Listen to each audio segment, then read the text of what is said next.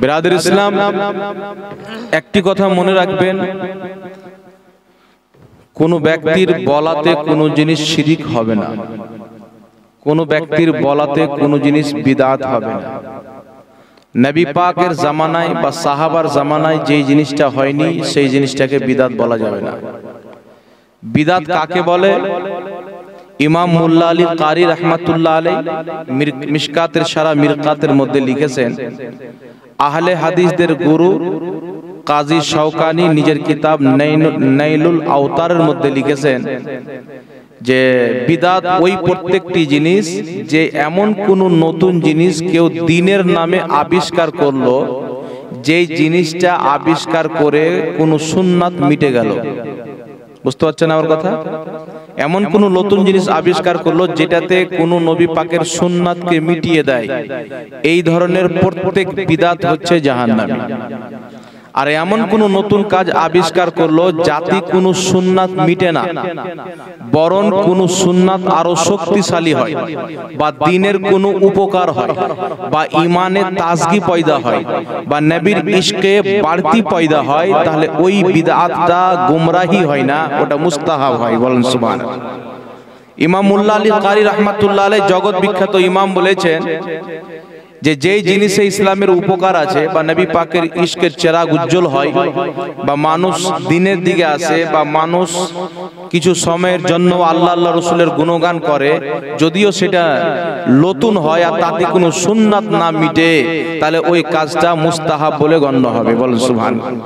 ইমাম Jalaluddin Suyuti রাহমাতুল্লাহ আলাইহি আল হাবিলিল ফাতাওয়ার মধ্যে বলেছেন যে এমন কোন নতুন কাজ কেউ যদি আবিষ্কার করে যাতে কোনো সুন্নাত মিটে না বরং দ্বীনের উপকার হয়, তাহলে ওটাও বিদআত, কিন্তু বিদআতে হাসানা মানে ভালো বিদআত। আর বিদআতে হাসানার উপরে আমল করা হচ্ছে মুস্তাহাব। সুবহানাল্লাহ বলে। তো যে কাটমুনসিরা বলছে না যে বিদআতের কোনো প্রকার হয় না, এরা হচ্ছে বেঈমান, মানুষকে মিথ্যা বলে। নচেত আমার ইউটিউবের মাধ্যমে চ্যালেঞ্জ আছে যে অনলাইনে হোক বা ডাইরেক্ট হোক, যদি কোনো আহলে হাদিসের মৌলবি বা দেওবন্দির মৌলবি নিজের বাপের অরিজিনাল সন্তান থাকে, তাহলে আমার সাথে বসুক। আমি যদি প্রমাণ না করতে পারি যে বিদআত ভালো হয়, বিদআত খারাপও হয়, তাহলে আমাকে যা সাজা দেবে আমি নিতে রাজি আছি। আর যদি প্রমাণ করে দিই তো আল্লাহর ওয়াস্তে সঠিক পথে চলে আসবে, সঠিক পথে চলে আসবে। যেমন আপনাদেরকে আমি উদাহরণ দিচ্ছি, ইমাম মুল্লা আলী কারি রহমাতুল্লাহ আলাইহি মিশকাতের সারা মিরকাতের প্রথম খণ্ডের বাবুল ঈমানের মধ্যে পুরো আলোচনা করেছেন যে শরীয়তে বিদআত কাকে বলে, যেটা নবীর জামানাতে হয়নি, সাহাবার জামানাতে হলো বিদআত। বুঝতে পারছেন? আর একটা ইসতিলাহাতে বিদআত বলে যেটা নবী পাকের জামানায় হয়নি, সাহাবার জামানায় হয়নি, ওটাকে বলা হয় বিদআত।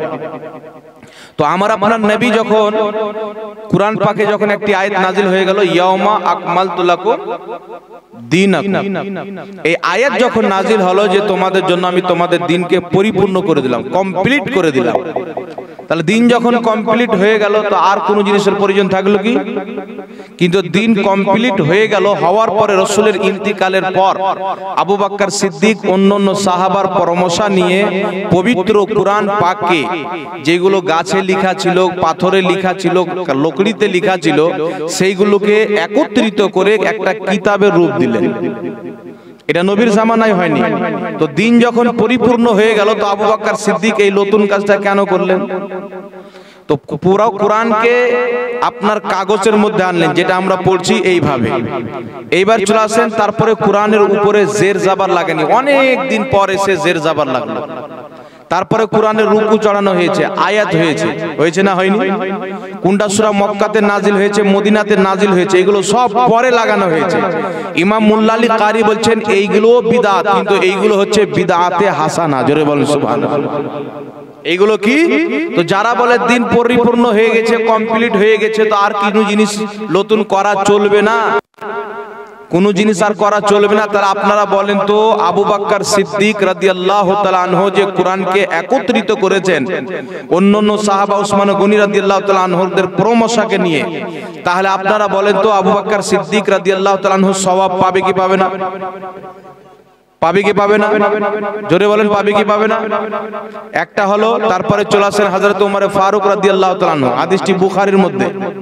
হযরতে উবাই বিন কাব রাদিয়াল্লাহু তাআলা আনহুকে ইমাম বানিয়ে সাইয়্যিদিনা উমর ফারুক রাদিয়াল্লাহু তাআলা আনহু মানুষজনকে জামাত করে 20 রাকাত তারাবির নামাজ পড়লেন। হযরত উবাই বিন কাব ইমামতি করলেন। কত রাকাত? 20 রাকাত তারাবির নামাজ পড়ার পরে কি বলেছিলেন আপনারা জানেন? 20 রাকাত তারাবি কমপ্লিট করার পর বুখারী শরীফের মধ্যে হাদিস, তিনি বললেন যে আমরা কত সুন্দর বিদআত চালু করেছি। নেমাল বিদআত হাদি, আমরা কত সুন্দর বিদআত চালু করেছি। তাহলে কি বুঝতে পারলেন বিদআত ভালো হয়? এটা কার ফতোয়া? হযরত ওমর ফারুকের ফতোয়া। যারা বলে বিদআত ভালো হয় না, প্রত্যেক বিদআতই খারাপ, এরা সাহাবার ফতোয়াকে মানে না, ওর বাপ আব্দুল্লাহ ইবনে নজদির ফতোয়াকে মানে। সাহাবার ফতোয়া হলো যে বিদআত ভালো হয়, বুখারী শরীফের হাদিস। এবার আপনাদেরকে বলি, আমি 20 রাকাত তারাবি হযরত ওমর ফারুক জামাতের সহিত চালু করালেন।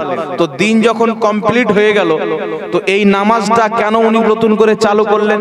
তো উনি যখন চালু করলেন, তো তারাবি পড়াতে সওয়াব হবে কি হবে না? তাহলে যেই জিনিসটা নবী পাক করেননি, ওই জিনিসটাতে সওয়াব কি করে হলো? নবী পাক তো 20 রাকাতকে নিয়ে জামাত করে পড়ায়নি, পড়াইছে কি? এটা সহিহ হাদিস থেকে প্রমাণিত না। হ্যাঁ, এই বিষয়ে জয়ীফ হাদিস আছে যে নবী পাক সাল্লাল্লাহু আলাইহি ওয়াসাল্লাম 2 দিন পড়লেন, 3 দিনকে দিন আসলেন না, যেন আমাদের উপরে তারাবির নামাজকে ফরজ না করে দেওয়া হয়। সুবহানাল্লাহ বলেন। তো হযরত ওমর ফারুক রাদিয়াল্লাহু তাআলা আনহু জামাত করলেন। প্রত্যেক সাহাবার ওই 20 রাকাত তারাবির উপরে ইজমা হলো। ইমাম বদরুদ্দিন আইনি রাহমাতুল্লাহ আলাইহি বুখারী শরীফের সারা উমদাতুল কারীর মধ্যে লিখেছেন, সকল সাহাবা ও সকল উম্মতের ইজমা যে তারাবির নামাজ হলো 20 রাকাত। কেউ যদি 8 রাকাত পড়ে, ও উম্মতের ইজমাকেও ভাঙলো, ও সাহাবার ইজমাকেও ভাঙলো। আর সাহাবার ঐক্যমতের বিরুদ্ধে কাজ করার কারণে 8 রাকাত তারাবির নামাজ পড়া হলো জঘন্যতম বিদআত। 8 রাকাত তারাবি পড়া বিদআত কেন? প্রত্যেক সাহাবা 20 রাকাত পড়েছে, উল্টাটা হলো কি হলো না?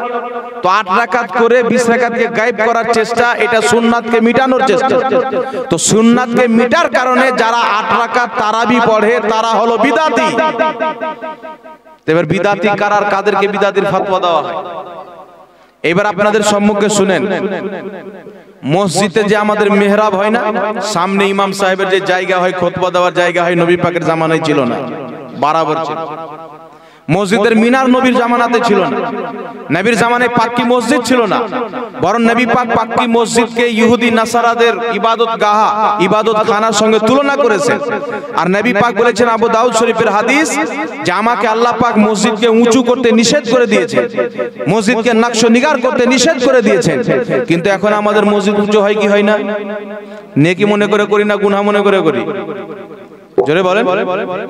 আচ্ছা আপনারা বলেন তো, কোন আহলে হাদিস যদি অরিজিনালি নিজের বাপের সন্তান থাকে আর ওর মাযহাবে ও যদি সত্য থাকে, তাহলে আহলে হাদিসদের মাদ্রাসাতে জশ্নে দস্তরবন্দির জালসা হয়, হয় কি হয় না? পাগড়ি পরানো হয় কি হয় না?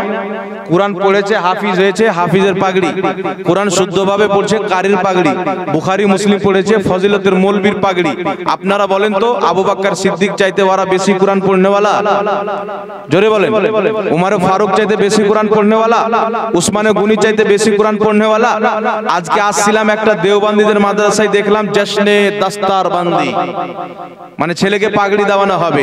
তো হযরত উমর ফারুক আর হযরত উসমানে গনি, তিনি জামে কুরআন, তিনাদেরকে তো কোনোদিন পাগড়ি দেওয়া হয়নি। বেটা তুমি কেন দিচ্ছ? কোন সাহাবা পাগড়ি দিয়েছিল? জোরে বলতে হবে। পাগড়ি উপলক্ষে জালসা করেছিল, নবীর মিলাদ উপলক্ষে জালসা করলে বিদআত, আর তোমার বাপের মাদ্রাসার পাগড়ি উপলক্ষে জালসা দিচ্ছ, এটা কোন সহিহ হাদিসে আছে? যদি না দেখাইতে পারো তো মনে করো তুই হলি দোগলা মুনাফিক। ওর বাপ পর্যন্ত কিয়ামত পর্যন্ত দেখাতে পারবে না। আমার কথাটি ধ্যান দিয়ে শুনবেন। মাদ্রাসার উন্নতি কল্পে জালসা করা হারাম ওদের ফতোয়া অনুযায়ী, কারণ ওদের আকীদা হচ্ছে যেটা নবী করেনি, সাহাবী করেনি, ওটা হারাম। তো নবী পাক কোনো মাদ্রাসার উন্নতি কল্পে জালসা করেননি, মসজিদের উন্নতি কল্পে জালসা করেননি।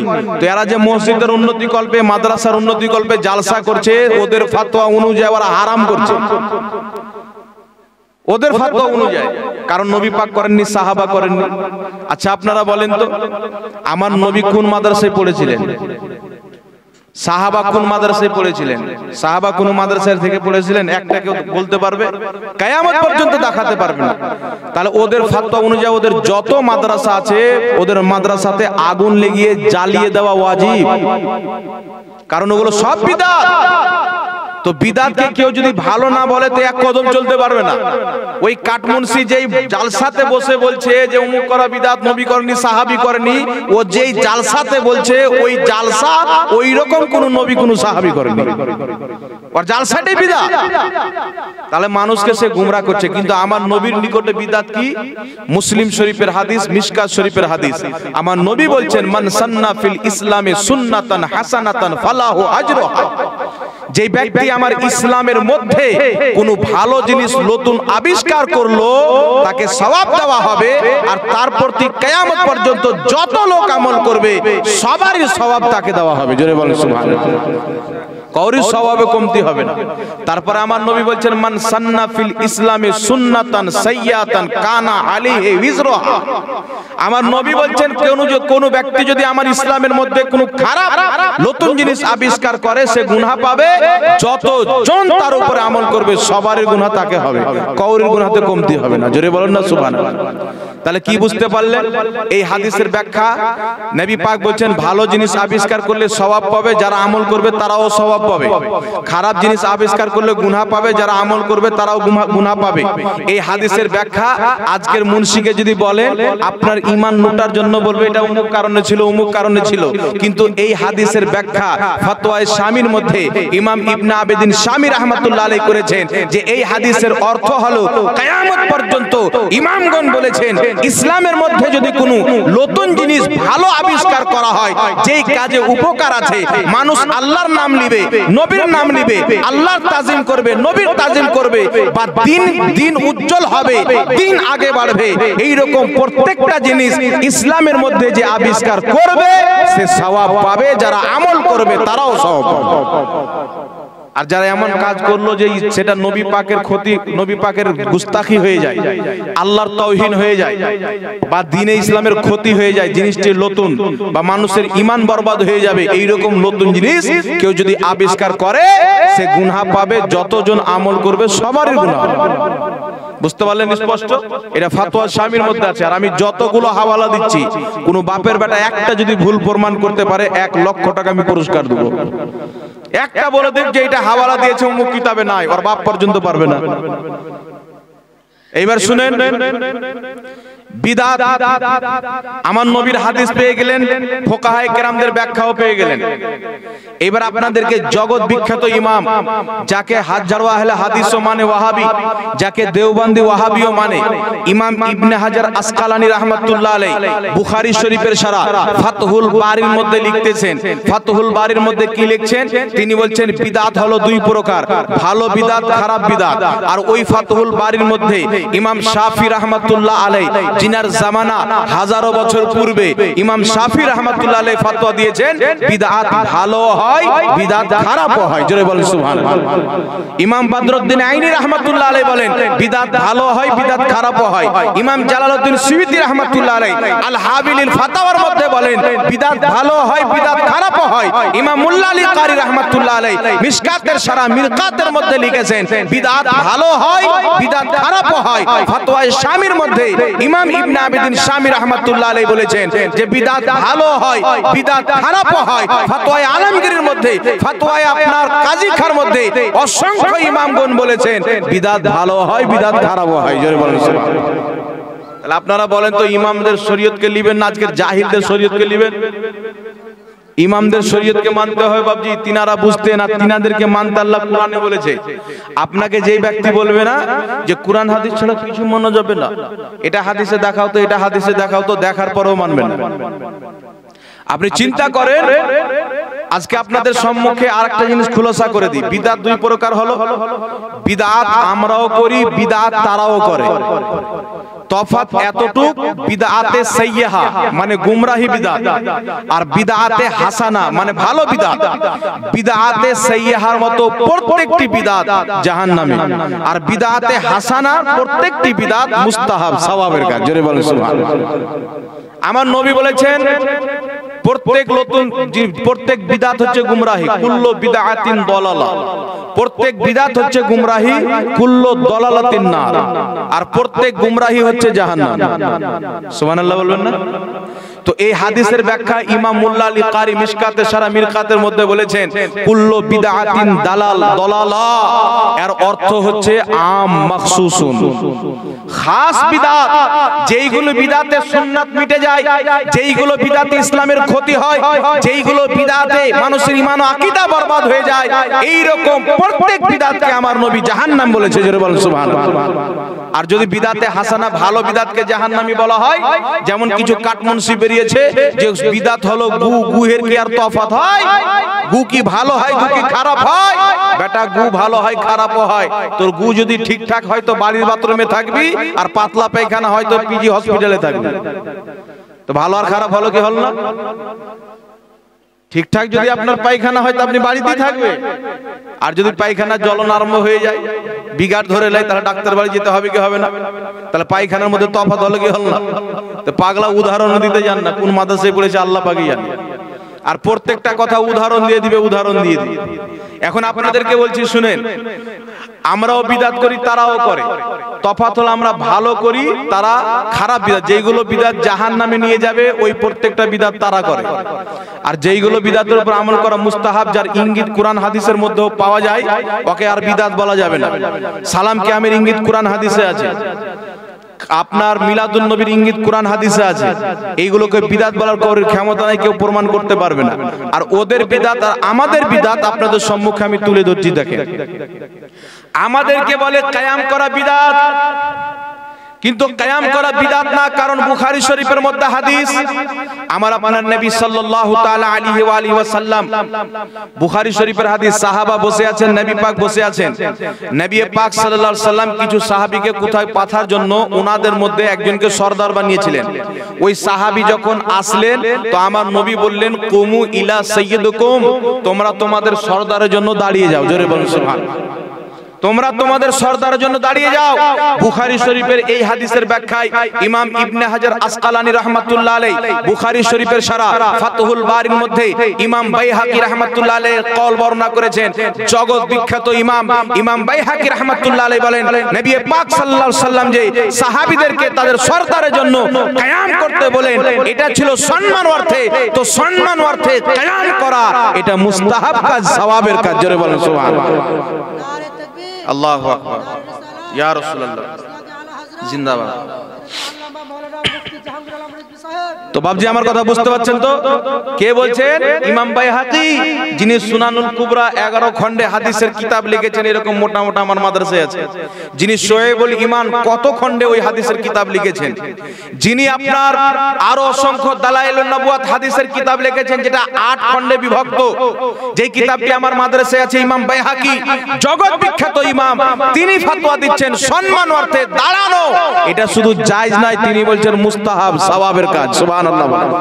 আর তিনি উল্লেখ করছেন ওস্তাদের জন্য বুজুর্গ ব্যক্তির সম্মানে দাঁড়ানো যায়, সওয়াবের কাজ। আর ইমাম মুল্লা আলী কারি বলছেন, আল কিয়ামু আলা ওয়াজহিল বিররি ওয়াল ইকরামি জায়েজ, সম্মান অর্থে কিয়াম করা জায়েজ আছে। বলুন সুবহানাল্লাহ। তাহলে কি বুঝতে পারলেন? আমার মতন মৌলবীর জন্য সম্মানে যদি দাঁড়ানো জায়েজ হয়, তো নবী পাকের জন্য জায়েজ হবে কি হবে না? কোন পীর ওলির জন্য দাঁড়ানো যদি জায়েজ হয়, তো নবী পাকের জন্য হবে কি হবে না? মাস্টারের জন্য দাঁড়ানো যায়, সম্মানিত ব্যক্তির জন্য দাঁড়ানো যায়। আপনি বসে আছেন, একজন বাবুজি আসলেন, চেহারা সাদা হয়েছে, বয়স আপনার বড়, ওর সম্মানে আপনি দাঁড়িয়ে গেলেন। আপনার শুধু জায়েজ নয়, আপনি নেকিও পাবেন, সওয়াবও পাবেন। সুবহানাল্লাহ বলেন। এবার আবু দাউদ শরীফের আরেকটি হাদিস শুনেন। আমার আপনার নবী সাল্লাল্লাহু আলাইহি সাল্লাম যে হাদিসটিকে নাসিরউদ্দিন আলবানী আহলে হাদিসদের ঘড়ির মেকার ও সহিহ বলে উল্লেখ করেছে। রাসূল পাক সাল্লাল্লাহু আলাইহি সাল্লামের দরবারে মা ফাতেমা রাদিয়াল্লাহু তাআলা আনহা যখন আসতেন, তিনাকে দেখে নবী পাক দাঁড়িয়ে যেতেন। নবী পাক যখন মা ফাতেমার বাড়ি যেতেন, তো মা ফাতেমা নবী মুস্তাফার সম্মানে দাঁড়িয়ে যেতেন, নবী পাকের হাতকে চুমন দিতেন। জোরে বলুন সুবহানাল্লাহ। তাই শিক্ষকের হাতকে চুমন দেওয়াও যায়, শিক্ষকের জন্য দাঁড়ানোও যায়। জোরে বলুন সুবহানাল্লাহ।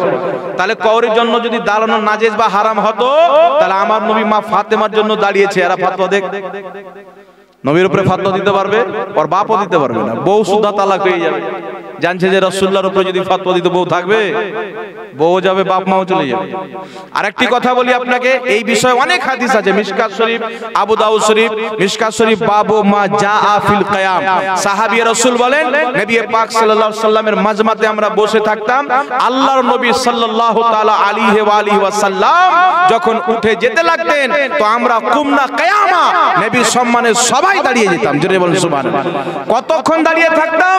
যতক্ষণ পর্যন্ত নবী মুস্তাফা নিজের হুজরায়ে মুবারাকাতে না ঢুকতেন ততক্ষণ পর্যন্ত নবীর সম্মানে আমরা সকল সাহাবা সম্মিলিতভাবে দাঁড়িয়ে কিয়ামত অবস্থায় থাকতাম। জোরে বলুন সুবহানাল্লাহ। এইবার শুনেন বিরাদর ইসলাম, এখন কাঠমুন্সি বলবে সাহাবারা তো নবীকে দেখে দাঁড়াচ্ছিল, তোমরা কি নবীকে দেখতে পাও? তো তোমার গাঁজাখড়ি ফাতোয়া চলবে না। জগৎ বিখ্যাত মুহাদ্দিস ইমাম ইবনে হাজার আসকালানী রাহমাতুল্লাহ আলাইহি, যাকে আহলে হাদিস ইমাম মানে, দেওবন্দি ইমাম মানে, আমরাও যাকে মানি, তিনি নিজের কিতাব মাউলুদে কবিরের মধ্যে লিখতেছেন যে নবী মুস্তাফার মিলাদ করা এবং কিয়াম করা এটা মুস্তাহাব। জোরে বলুন সুবহানাল্লাহ। তো ইমামের ফতোয়া পেয়ে গেছি, তো তোর মতন আজন্মা মৌলবীর ফতোয়া কেন মানব? যেই বলবে কোরআন হাদিস ছাড়া কিছু মানব না, ও তো মুসলমানই না রে। উলামায়ে কেরাম আছে, জিজ্ঞাসা করেন ইজমাকে মানাও ফরজ জরুরি, কোরআন হাদিস ইজমা কিয়াস। যে বলবে আমরা কোরআন হাদিস ছাড়া কিছু মানি না, ও কোরআনও মানলো না, হাদিসও মানলো না। দলিল নিয়ে এলেন, তারপরে কিয়ামের দিকে আসছি আবার। দলিল কোরআন পাকের মধ্যে আল্লাহ পাক, আচ্ছা আপনারা বলেন তো আপনি কোরআনকে কবে মানবেন? যবে আপনি কোরআন পাকের কথাকেও মানবেন। আর আপনি বলছেন আমি কোরআন মানি, কোরআনের কথা মানছে না, তো কোরআনকে মানা হলো? কোরআন যদি বলে যে এই লোকটাকে তুমি মানো, আর আমি ওই লোকটাকে বলছি মানবো না, তো কোরআন মানলাম না কোরআনের নামকে ব্যবহার করলাম? এইরকম হচ্ছে আহলে হাদিস আর দেওবন্দি।